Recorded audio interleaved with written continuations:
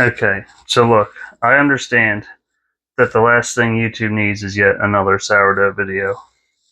But in this video, I want to share my extremely no-nonsense method of making sourdough bread. It's really easy. So, first thing I do, I keep my sourdough starter in the fridge. And if you don't have a starter, I'll leave a link below to the video I used. But so, you see, I don't really have a ton left. But I'm going to dump out pretty much all of this. So now you can see what I have left. It's not that much.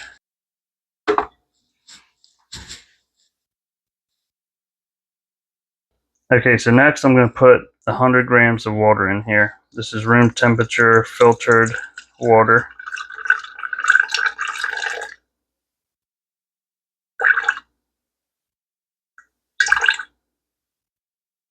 It doesn't have to be exact. I'm going to zero this out again. Alright, and then I'm going to put in 100 grams of unbleached all-purpose flour.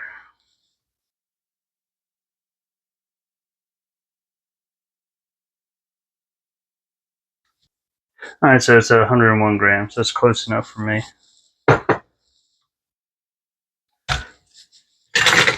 I'm just going to take a spatula, just mix it all up real good. And so right now it's 9:50 at night. And so yeah, this will do its thing overnight and then it'll be ready for the morning.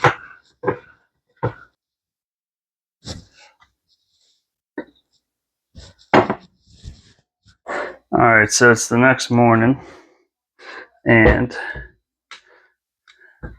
we're going to get started on the dough. So first it's 228 grams of water, and then next I do 98 grams of starter.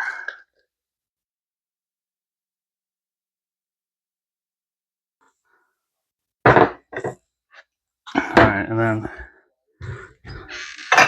next we're going to do 8 grams of salt.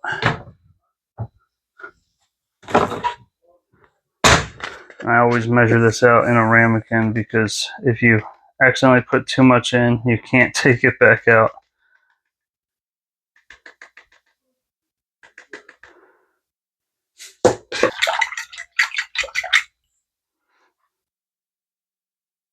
Put the salt in there.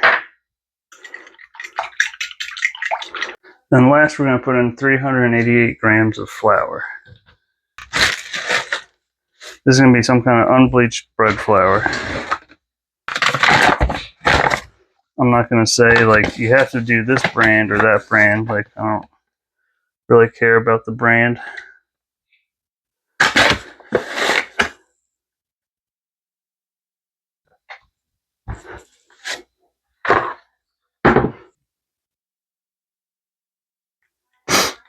Now we're just going to get this turned into a dough.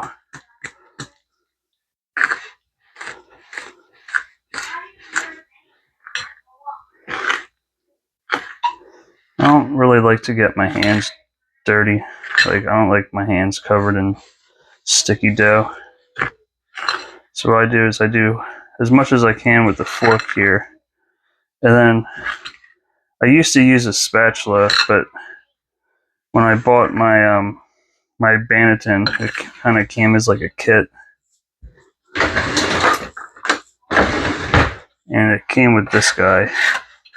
And I like to use this better than the spatula. I just feel like it works better. But you just use what you have. I didn't always have that thing.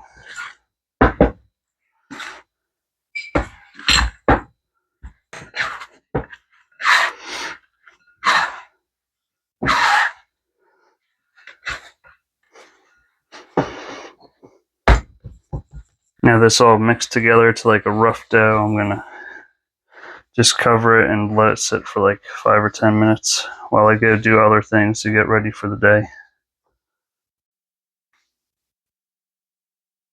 Alrighty, I let it sit for like 10 minutes or so. Now,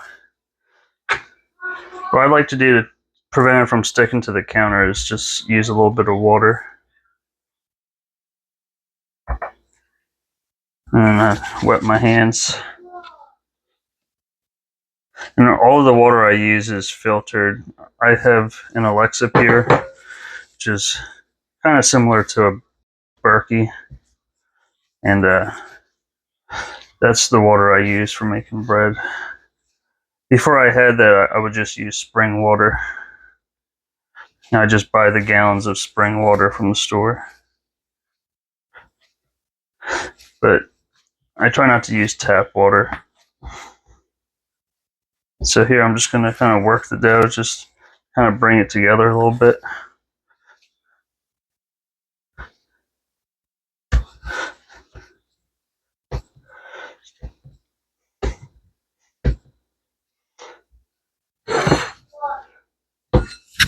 Alright, and then I'll let this sit here probably until my first break at work. I'll just kind of let it like double in size.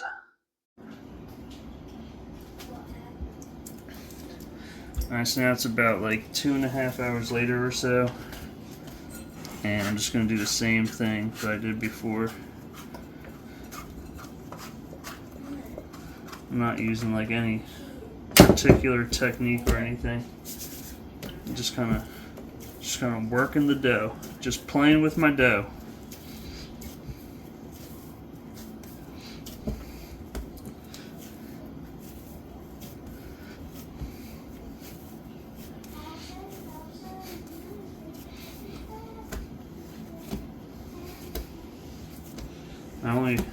I only do this for like a minute or two. I don't do a lot with it.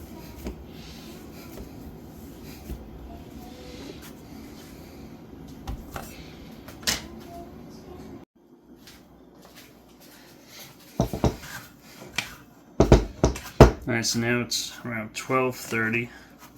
It's just like another 2 hours later or so. Now we're going to do the pre-shaping.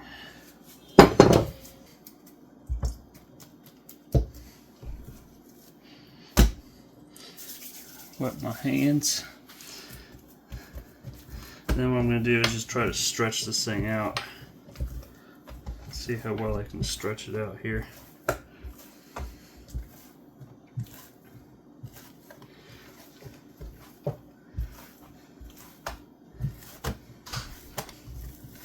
And then, so if you try to do this and you just can't get it to like stay spread out, like it keeps on wanting to collapse back in on itself, then what I do is I just do what I did the last 2 times. I just work it again, and then I try this again later.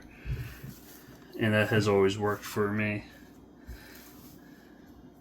But this is stretchy enough for me, so I'm going to do my very unscientific pre-shaping, where I basically just fold the corners in like that. I just try to bring everything into itself. This is probably not proper technique, but I don't really care because it makes a perfectly good loaf of bread, so that's what I'm concerned with. I don't want to screw around with proper technique of folding dough and stuff. Like, I just want my bread. I want it to be easy.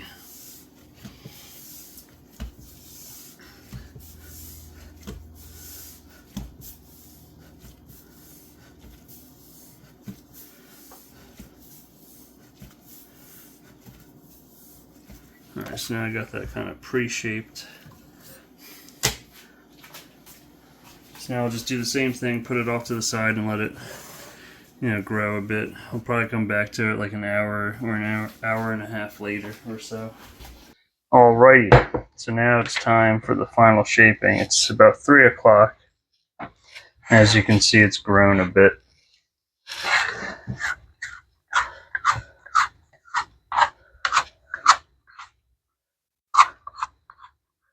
Now for For this last shaping, I don't even usually need to put any water down on the counter.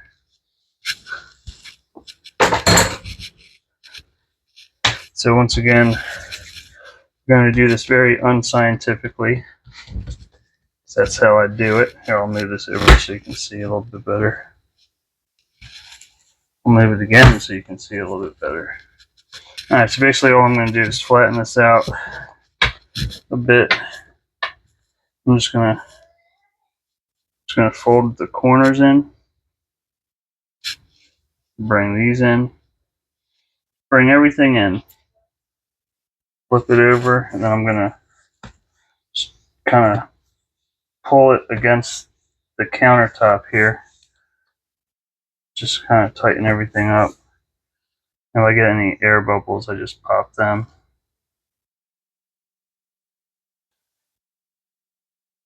I kind of let this go a little bit longer than I normally would, so there's a little bit more air bubbles than usual. That's all good. They'll be okay.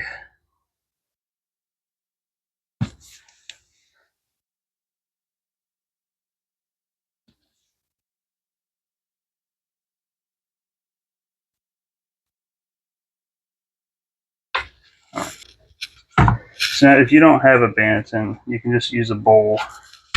That's what I did when I first started making bread.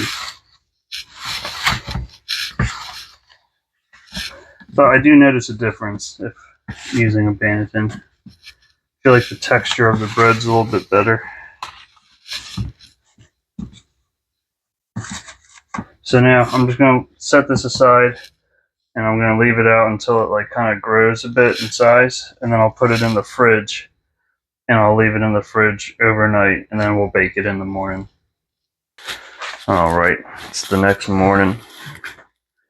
The first thing I'm going to do is get my Dutch oven preheated.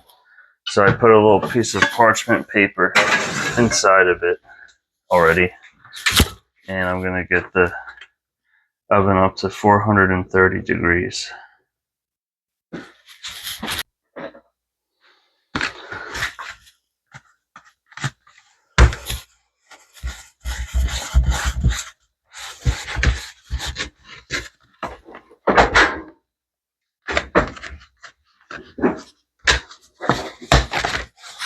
While the oven's heating up, I'll just get this scored.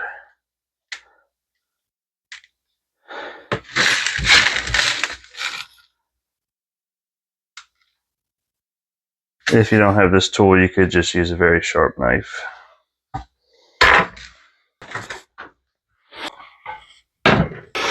Now I'll cook this for 25 minutes with the lid on, and then another 15 minutes with the lid off.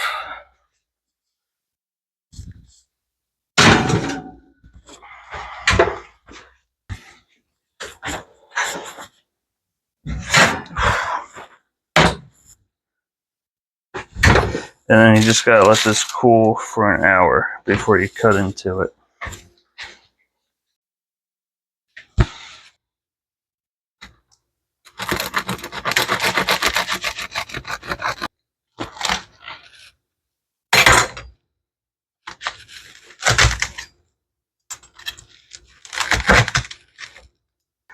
There you go.